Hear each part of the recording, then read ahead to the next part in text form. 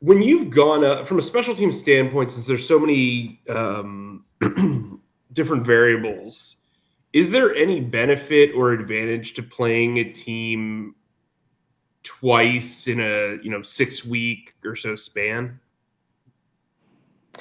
Knowledge of that team helps. It helps you're generally playing the same team with the same players, so there's some familiarity there. Good and bad, they have the same tips on your team, but yeah, there's a comfort level for sure playing them so frequently. Tampa's twice in a short span as well. That happens on division games. If you get them almost back to back, or within the case of a month and a half, yeah, the Saints are essentially the same team.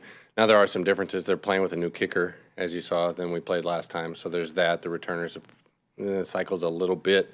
So there's some differences. But yeah, it's nice to say, have the meetings today and be like, oh yeah, Saint, hey, you remember this, and there's more nods than lookaways.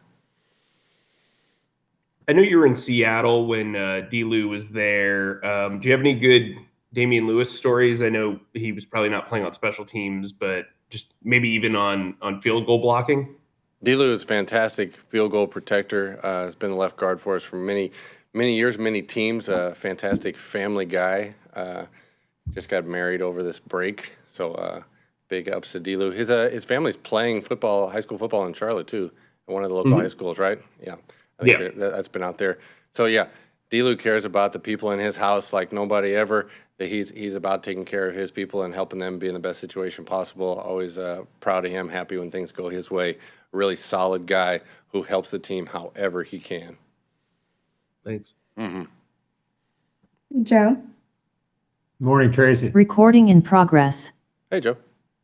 How you doing? Great. Great. Curious what you thought of Isaiah Simmons' role for you 2 weeks ago and how he looked. I thought he did a nice job.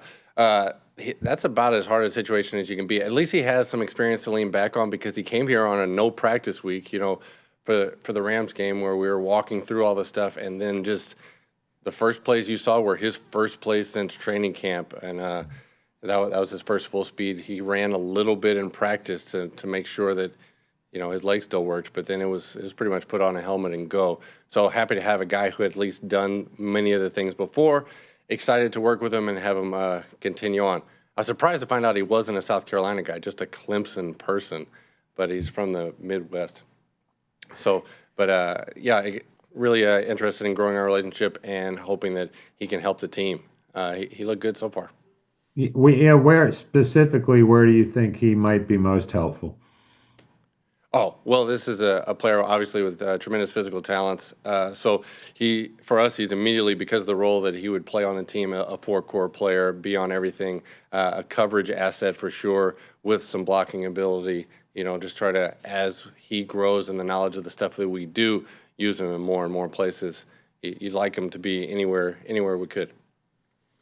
Thanks. Any more questions for Coach Smith? Yes, actually, I do. Hey, Tracy, how's it going? Hi, Cass. Good morning. You mentioned the Saints' new kicker. This is a guy too that kind of came through IPP, hasn't really kicked before. So, how do you kind of evaluate a guy when you've got so little tape on him? I did not watch his Gaelic football highlights this year. I did see him when they first started, but I've talked to Charlie several times because that program kind of puts us in contact with those guys quite a bit, and he's been practicing for a year and a half. So he doesn't have game kicks. He just has the 2 games plus the 6 preseason opportunities. So there's a little bit, but got to see him, have got to know him through some of the scouting stuff that the NFL lets us do with the international guys, and he's done a nice job so far. So all we can go on is his most recent opportunities, which is the same as you would for even a kicker who's been around for a long time, and see how he does indoors. Hadn't seen him in the dome yet, so that'll be kind of exciting. But pretty cool. The program's kind of working out. Some guys are popping through, and this is the first true like Irish kicker to make it all the way through without doing NFL college or anything. So pretty amazing accomplishment for him at his age and all the things he's going through. Now I'm curious, are there things that you can take from Gaelic football that are applicable to the NFL? We had Rory here for a couple days, and then when they first started doing that, that was the position that led best. Gaelic football goalie specifically led best to NFL kicker. That's the guys that had the most success. And Charlie's one of the younger guys that has been in the program to actually make it through. So he was kind of highly recruited at the time that he was coming out because of his age and his prior status. But Rory, the guy that was here, Rory McGregor, I believe, was his legend. That was the guy that Charlie looked up to as a Gaelic football player. I talked to him about that when they were here a few weeks ago, kind of thing, to see how he was doing. He still keeps up with his Gaelic football team. He's got a strong leg. He's a good athlete, runs well, that kind of stuff. I don't know. We'll see how it goes. Sweet, thank you. Yeah. Tracy, I was just going to ask you, following up on the Simmons stuff, do you have any background or remember a guy who was a top 10 pick like him who really became kind of a core special teams player? Yes. Barkevius Mingo was top 10 for the Browns. They picked him 9th. You have to check the number on that. But he ended up having a long career doing that. Darius Haywood-Bay, I don't know if that's top 10, but maybe that's 8, somewhere in there. He ended up those guys have their first shot on offense or defense, and then for whatever reason, the situation or otherwise doesn't work out. And then it shows a real love of football, a real commitment to the game to try to turn on kind of a second career in a way to be an impact player.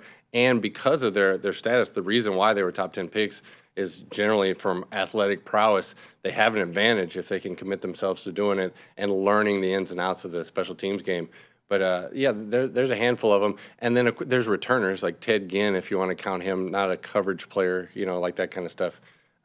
Patrick Peterson was fantastic in the other way, special teams first and then that way. But there have been some high-profile guys that have done it. Do you work with them differently, or do you have to talk to them differently than, some undrafted guy who rolls in? I'd say each player, no matter what their status, is just kind of what attitude they're bringing to the table and try to meet them where they are. And whatever it is, the most eager guy to the least, push them forward a little bit wherever we can go. So it's been promising results. Isaiah's been all in for everything so far. I haven't met any speed bumps along the way.